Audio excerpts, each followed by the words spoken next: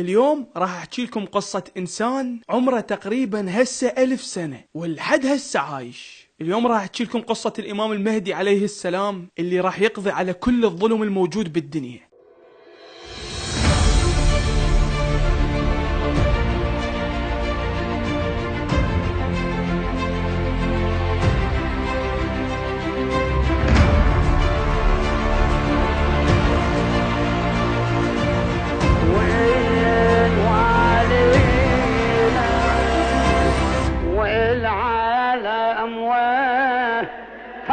تدروني الإمام المهدي يعتبر هو آخر الأئمة المعصومين اللي هم يعتبرون أحفاد النبي محمد صلى الله عليه وآله وسلم. المهدي هو ابن الإمام الحسن العسكري اللي حاليا مدفون بالعراق بمدينة سامراء. الإمام الحسن العسكري من تزوج صار عنده ولد واحد اللي هو الإمام المهدي. من هو الإمام المهدي؟ وشنو هو؟ وشنو غايته؟ وليش الله خلقه؟ وليش الله خلاه يغيب كل هاي الفترة على مود بالنهاية يظهر؟ خلونا شوية نتمعن بقصته ونحكي عن طفولته. انولد الإمام المهدي بسنة 869 ميلادي بالعراق، تحديدا بسامراء.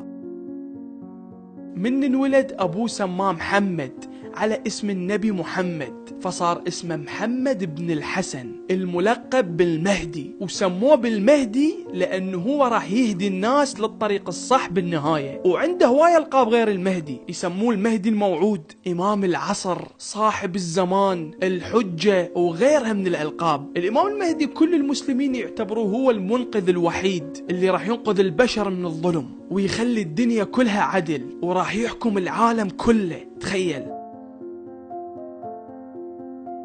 عموما قبل ما ينولد الإمام المهدي أمه اسمها نرجس، فقالوا لها إن الله تبارك وتعالى سيظهر الليلة الحجة.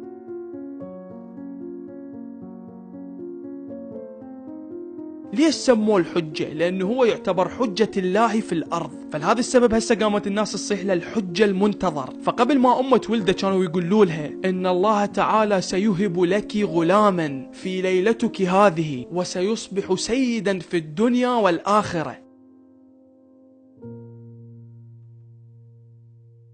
الروايات تقول أول من ولد الإمام المهدي عليه السلام أبوه قال له تكلم يا بني، فقبل نطق وهو طفل وقال أشهد أن لا إله إلا الله وأشهد أن محمد رسول الله. وهاي على حسب الروايات. تخيل طفل استوى ولد يحكي. الإمام المهدي من صار عمره 40 يوم قام يمشي.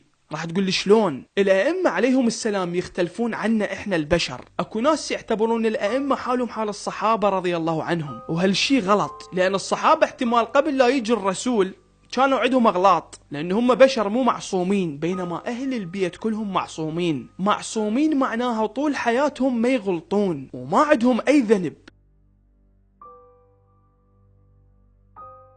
ورب العالمين قال بالقرآن الكريم بسم الله الرحمن الرحيم إنما يريد الله ليذهب عنكم الرجس أهل البيت ويطهركم تطهيرا. فالأئمة كلهم مطهرين من الذنوب ومن المعاصي. فعموما من صار الإمام المهدي عمره 40 يوم وقام يمشي، شافوه يمشي ويحكي بلغة فصيحة مو طبيعية، فاستغربوا. فأبوه ابتسم وقال أما علمتم إننا الأئمة أهل البيت ننشأ في اليوم ما ينشأ غيرنا في السنة؟ أي بمعنى كل الأئمة أحفاد الرسول يكبرون باليوم الواحد بقد ما نكبر إحنا بالسنة، ومو شرط يعني بالجسد، لا، احتمال بالتفكير. فالإمام المهدي من صار عمره 40 يوم تحس لسانه وثقافته أفضل من واحد عمره 40 سنة. قاعد تتخيل؟ واكو هواي روايات عن ولادة الإمام المهدي إذا تقروها راح تنصدمون. فعموما ظل الإمام المهدي عايش ويا أبوه الحسن العسكري لمدة 5 سنوات بصورة مخفية.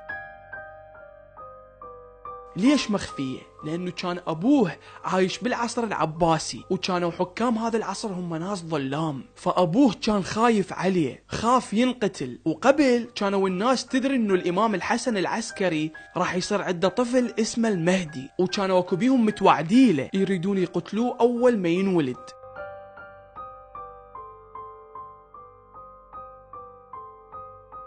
لأن الإمام المهدي الرسول ذاكره بهواي أحاديث. الرسول صلى الله عليه وآله وسلم عنده حديث يقول: علي مني وأنا من علي، وهو زوج ابنتي وأبو سبطي الحسن والحسين، أئمة يقومون بأمري ويحفظون وصيتي، التاسع منهم قائم أهل بيتي ومهدي أمتي، اللي هو الإمام المهدي عليه السلام. وبعدين شي يقول أشبه الناس بي في شمائله وأقواله وأفعاله. يعني المهدي يشبه الرسول بكل شيء، باسمه وبتصرفاته وبأقواله وبأفعاله. وبعدين شي يقول يظهر بعد غيبة طويلة وحيرة مضلة فيعلن أمر الله ويظهر دين الله فيملأ الأرض قسطا وعدلا بعدما ملئت ظلما وجورا. وكو حديث ثاني للنبي محمد ويا رب العالمين. تخيل من راح الرسول بليلة الإسراء والمعراج. اللي ما يعرف شنو الإسراء والمعراج، النبي محمد بهذا اليوم اللي اسمه الإسراء والمعراج طار للسماء بأمر من رب العالمين، وحاكى رب العالمين، وهالشي مذكور بالقرآن.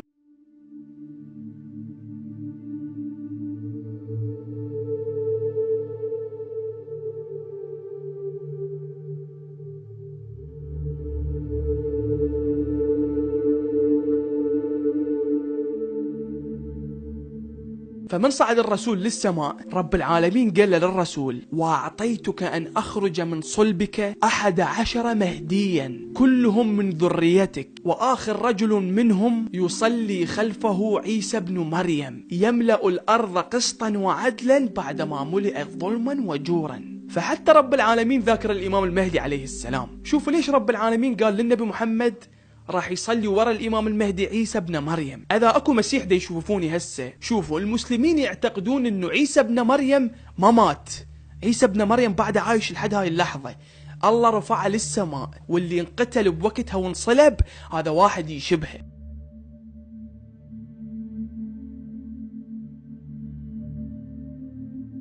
بسم الله الرحمن الرحيم. وقولهم إنا قتلنا المسيح عيسى بن مريم رسول الله وما قتلوه وما صلبوه ولكن شبه لهم وإن الذين اختلفوا فيه لفي شك منه ما لهم به من علم إلا اتباع الظن وما قتلوه يقينا بل رفعه الله إليه.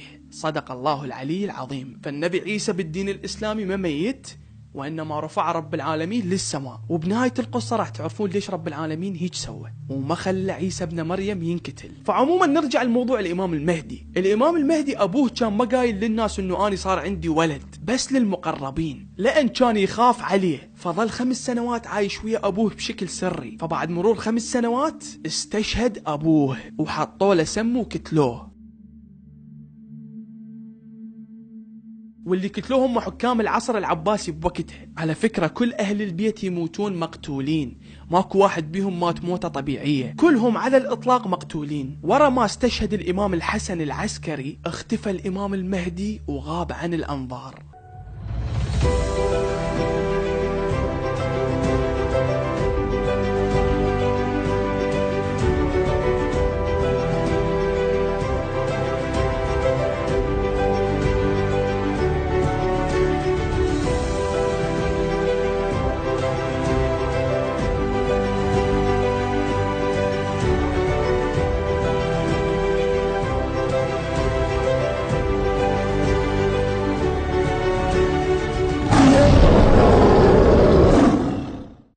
الإمام المهدي عليه السلام غاب مرتين. المرة الأولى يسموها الغيبة الصغرى اللي بوقتها غاب 74 سنة، وكو ناس تقول 69 سنة. وبعدين وراها ورا ما ظهر رجع غاب الغيبة الكبرى اللي هي مستمرة لحد هذا يومنا. السالفة الغريبة هنا شلون الإمام المهدي عايش كل هاي الفترة وكل هاي السنين اللي هسه صار عمره فوق 1000 سنة، وعمر الإنسان الطبيعي محدود.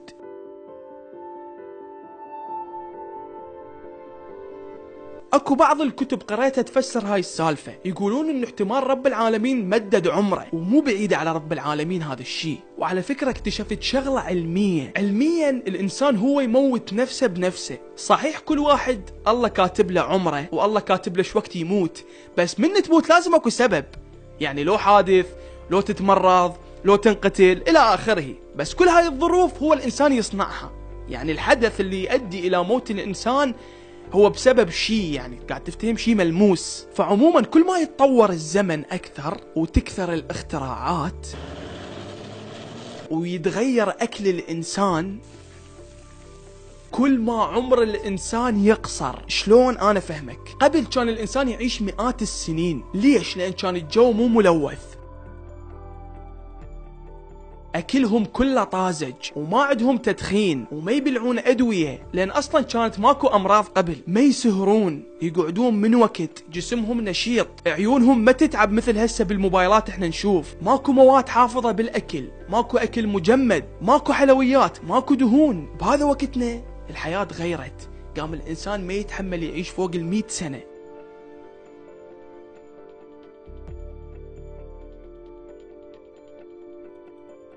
فهسه الإمام المهدي لو تقارن عمره صار له فوق 1000 سنة عايش. هسه ليش تروحون بعيد؟ النبي آدم عليه السلام عمره 960 سنة، كلش عادي. واكو تفسير ثاني قريته يثبت لك انه شلون الامام المهدي اللي هسه عايش. من ترجعون لسالفة كل اهل البيت ماتوا مقتولين، راح تكتشفون شغلة، انه اهل البيت عليهم السلام لو هم مقتولين كان لحد هاي اللحظة هم عايشين. راح تقول لي شلون؟ انا اقول لك شلون. اهل البيت كلهم معصومين، ومعصومين حتى من اكل الشيء المضر، جسمهم صحي فوق ما انتم تتصورون. اصلا عندهم كومة نصائح واحاديث لو تقراها نتعلمك شنو الأكل المفيد وشنو الطعام اللي يبعد عنك هذا المرض. أصلا هم خبراء بالطب. فأهل البيت حتى من يأكلون بطريقة منتظمة. فبما أنه الإمام المهدي من الأئمة المعصومين، يعني جسمه سليم خالي من أي أكلة مو زينة، وما يسوي أي حركة مضرة تضر جسمه، فأكيد ليها سيبقى عايش. وهذا الشيء علمي إذا تقرون به. خلونا نحكي شلون غاب الإمام المهدي عليه السلام. اكو قريت ببعض الكتب يقولون الامام المهدي مختفي بقدرة رب العالمين، اي بمعنى يشوفنا وما نقدر نشوفه.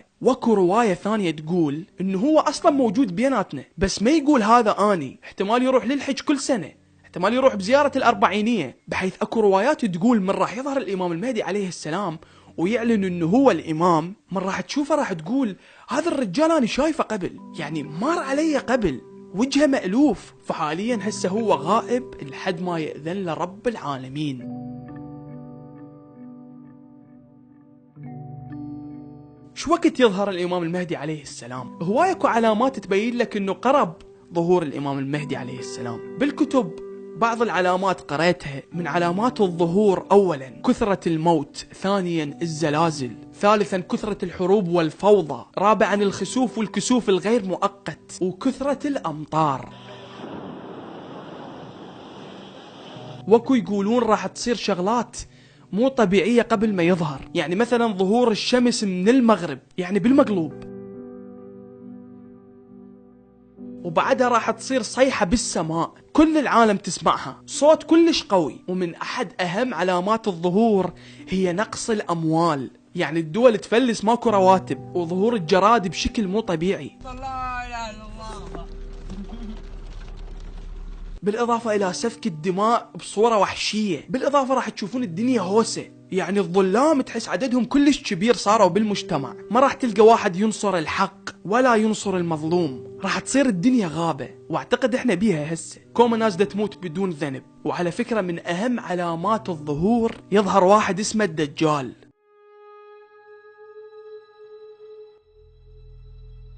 هذا الدجال هو من أعداء الإمام المهدي عليه السلام. هذا يجي يخدع العالم بوقت العالم كلش محتاجة بيه إلى مساعدة، لأن بوقتها يزداد القحط والفقر.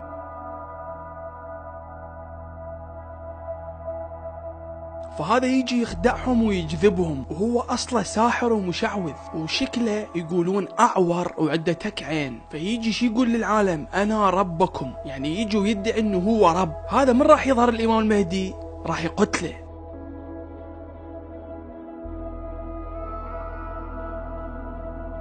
مرة سألوا الإمام علي عليه السلام، قالوا له متى يخرج الدجال؟ فقال الإمام علي يخرج إذا أمات الناس الصلاة، يعني الناس تقوم بعد ما تصلي. وبعدين يقول وأضاعوا الأمانة واستحلوا الكذب، يعني الناس تصير ما عندها أمانة و24 ساعة تكذب. وبعدين يقول وأكلوا الربا وأخذوا الرشا وشيدوا البنيان وباعوا الدين بالدنيا واستعملوا السفهاء وشاوروا النساء وقطعوا الأرحام واتبعوا الهواء واستخفوا بالدنيا الدماء، وكان الحلم ضعفا، والظلم فخرا، وكانت الأمراء فجرة، والوزراء ظلمة، والعرفاء خونة، والقراء فسقة، وظهرت شهادة الزور، واستعلن الفجور، ووقوف البهتان والإثم والطغيان، فيصبح قلوب الناس أنتن من الجيف وأمر من الصبر. وهاي كلها علامات ظهور الدجال. ومن يظهر الدجال معناها ظهر الإمام المهدي.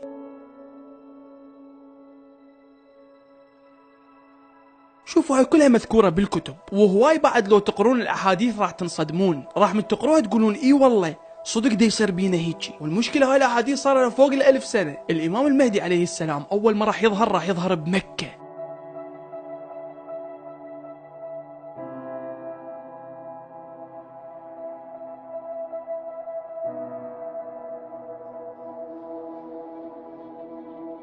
وراح يعلن للناس ظهوره، وبعدين يجي للنجف اللي هي الكوفة.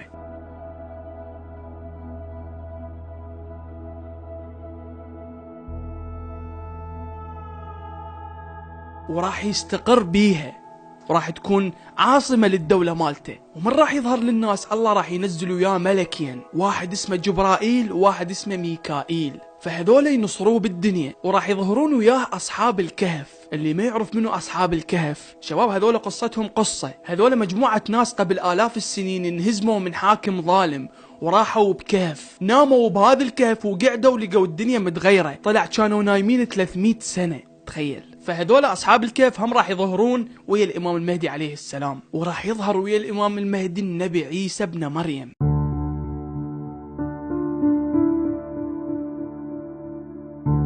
يقولون على حسب الروايات من راح يظهر الإمام المهدي راح يكون لابس درع النبي محمد، وكو روايات ثانية تقول من راح يظهر يكون شايل بيده سيف الإمام علي، وشايل عصا موسى، ولابس خاتم سليمان، وهواي أشياء. ومن راح يظهر راح يسوي ثورة على كل الظالمين، وراح يبدي يصعد على المنابر ويخطب بالناس ويهدي بيهم. وهو ليش سموه المهدي؟ لهذا السبب. المهدي معناه هو المهدي للبشرية، ويسموه أيضا بقائم آل محمد، لأن راح يقوم بالحق. ووراها يروح يحرر القدس، وراح ينهي كل الناس الظلمة بكل أنحاء العالم، مو بس بالدول العربية. زين هنا أمريكا والدول الأوروبية شلون؟ معقولة ما راح يواجهون الإمام بهاي أسلحتهم الحديثة وجيوشهم؟ بهاي الحالة شلون راح يتعامل وياهم الإمام المهدي عليه السلام؟ هنا راح تيجي حكمة النبي عيسى عليه السلام. شوفوا ليش رب العالمين رفع النبي عيسى للسماء وما خلاه ينقتل، وراد يظهر ويا الإمام المهدي. ترى كل شيء مدروس من رب العالمين. النبي عيسى هنا راح يجي دوره. كل الدول الأوروبية وأمريكا وكندا وغيرها أكثريتهم مسيح، فعدد المسيح بالكرة الأرضية ملايين. فهنا النبي عيسى راح يأثر عليهم، من راح يشوفون نبيهم دا يصلي ورا الإمام ومقتدي بيه، أكيد راح يصيرون مثله. الإمام جعفر الصادق عليه السلام يقول: فلا يبقى يهودي ولا نصراني إلا وصدق به. شوف حتى اليهود هم يقومون يتبعوه.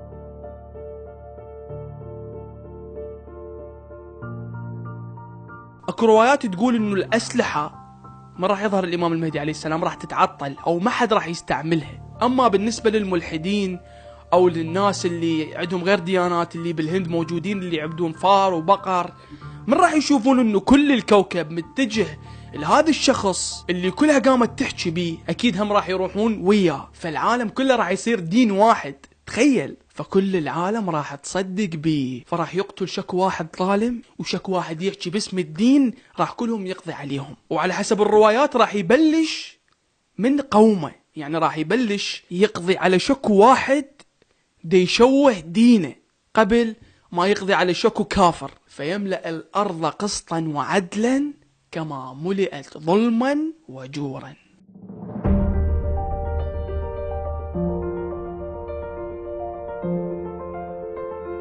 الظلم دا يزداد يوم ورا يوم، الناس دا تتغير وقلوبها سودت. والله ارضى عيش نعيش، والله اعطيني راتب 500,000 ووظفني، ليش ما اعيش اعيش؟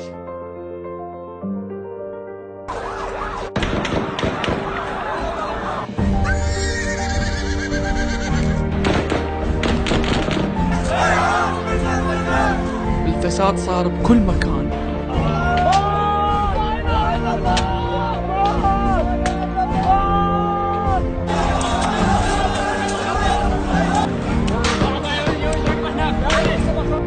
الرحمة يوم ورا يوم قاعد تموت،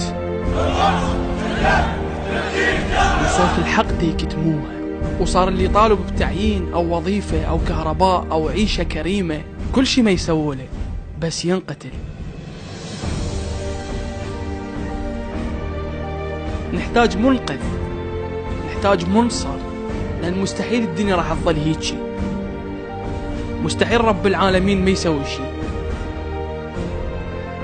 مستحيل تنتهي الدنيا قبل ما الطغاة كلهم يدفعون الثمن بالدنيا قبل الآخرة. نحتاج المهدي، لأن هو الوحيد اللي راح يحقق النصر ويخلصنا من كل هذا الفساد. تمر الناس في ضنك ما لا المنايا عليها صار مزدحم، وبالرزايا نلوذ ببعضنا وهنا ومن يجير، وكل ضامه صمم. كل الأقاصيص تحكي عن مصائبنا، يتم الأماني صرنا والرجاء عدم، حتى الأحاسيس أحلاما مفخخة. حتى الأحاسيس يتم المنايا، حتى الأحاسيس أحلاما مفخخة، تفجر الخوف فينا والشظى حمم. فذا أمير بذبح الله مبتهج، وذا إمام إلى الشيطان يحتكم. بنوا المساجد في بطخ وفي تلف، وفي النفوس صروحا للتقى هدموا. أين صفاء السراي؟ صفاء السراي مات